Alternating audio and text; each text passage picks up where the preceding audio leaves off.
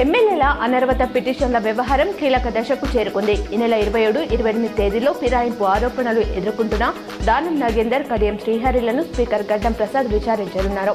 వారు బీఆర్ఎస్ గుర్తుపై గెలిచి కాంగ్రెస్ పార్టీలో చేరలేదని నిరూపించుకోవడానికి అవసరమైన ఆధారాలు సమర్పించాల్సి ఉంటుంది.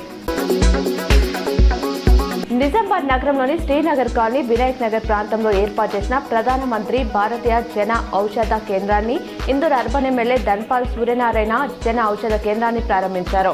అనంతరం ఆయన కేంద్రంలోని మందుల నిల్వలు, సదుపాయాలను పరిశీలించారు.